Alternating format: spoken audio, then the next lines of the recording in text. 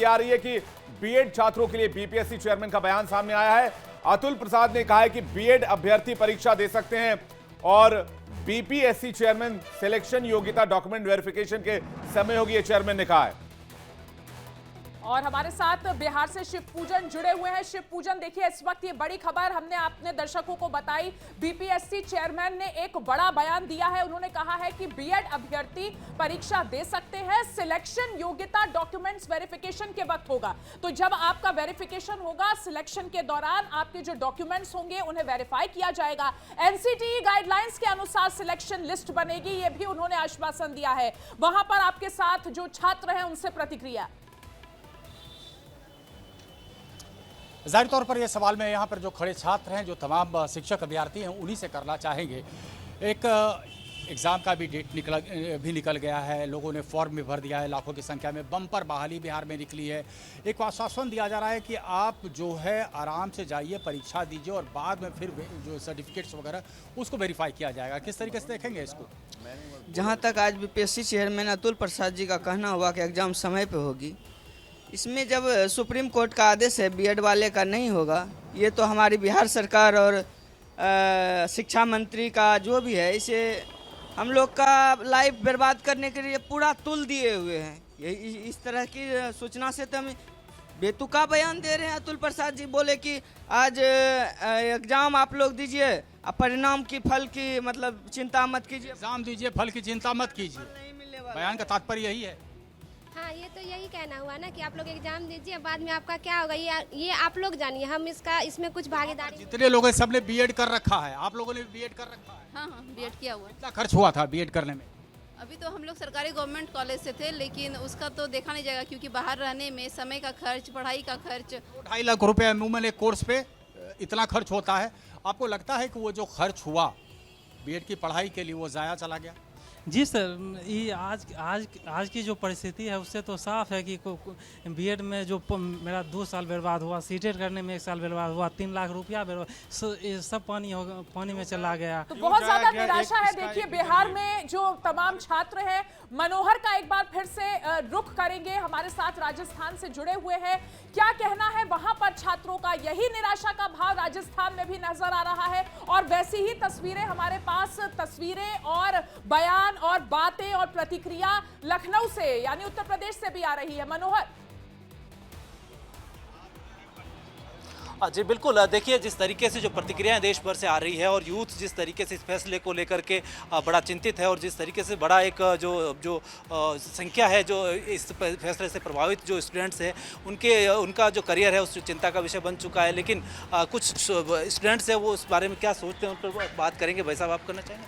आप बताइए भाई साहब, ये जो फैसला आया इसको लेकर आप क्या कहेंगे? जागरूक हैं क्या इस बारे में? जो फैसला किया मतलब जो ये फैसला है जो मतलब ये पूरी तरह से गलत है, क्योंकि इसमें अधिकांश ये होता है कि जो लड़कों की मांग उठाते हैं तो वो छात्र नेता उठा सकते हैं। बीएससी बीएड वाला बेशक, और जाहिर सी बात है कि जो बीएड अभ्यर्थी हैं वो परेशान है। कहीं ना कहीं एक विंडो क्लोज हुआ है 1 to 5 वाला, यानी क्लास 1 से क्लास 5 तक का विंडो उनके लिए क्लोज हुआ है इस फैसले के बाद। बीपीएससी चेयरमैन की ब्रेकिंग अभी हमने आपको सुनवाई।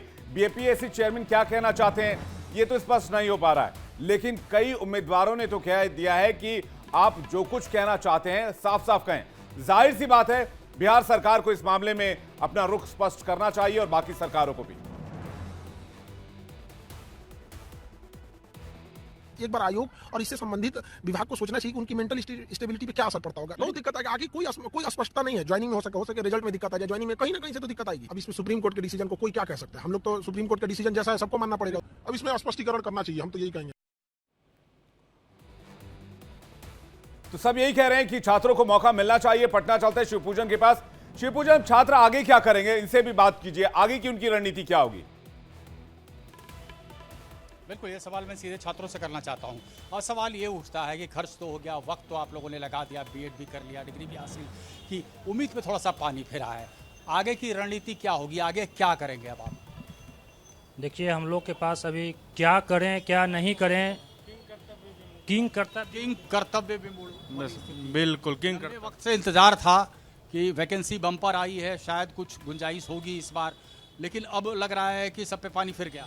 जी अभी तो लग रहा है कि सब पे पानी फिर गया, लेकिन सरकार से उम्मीद है कि अगर वो कुछ नया नियम बना के फिर से अलाउ कर दे 5 साल में जो बीएड किया, या तो कोई अध्यादेश ला के समाहित कर दे हम लोग को, या तो सरकार अध्यादेश लाए या कुछ करे ताकि विद्यार्थियों का भविष्य जो है वो सुरक्षित हो सके।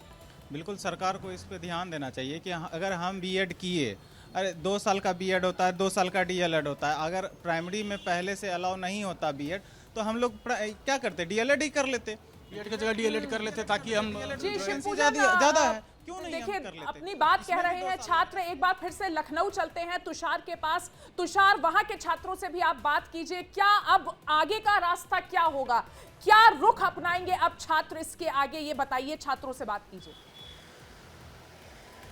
बिल्कुल, देखिए लखनऊ में पूरे प्रदेश के छात्र यहाँ पर एकत्रित हुए हैं, आंदोलन कर रहे हैं। लड़कों से ही पूछेंगे कि उनकी आगे क्या रणनीति रहेगी, आगे क्या करेंगे। कल आप लोगों ने आंदोलन किया, अब आगे क्या रणनीति रहेगी, क्योंकि अभी तक कोई निष्कर्ष नहीं निकल पाया। हम लोगों को सरकार को कुछ हम लोगों के लिए बीएड को मान्य करना चाहिए फिर से, नहीं तो हम लोग एक और बड़ा आंदोलन करेंगे और ईंट से ईंट बजा देंगे। और इसमें आंदोलन मान्य करें, जो बिहार में नियुक्ति हो रही है उसमें हम लोग बाहर हो गए हैं और इसमें एनसीटी भी कुछ कर नहीं रही है। आगे क्या रणनीति होगी, किस तरह से अब आगे लड़ाई लड़ेंगे?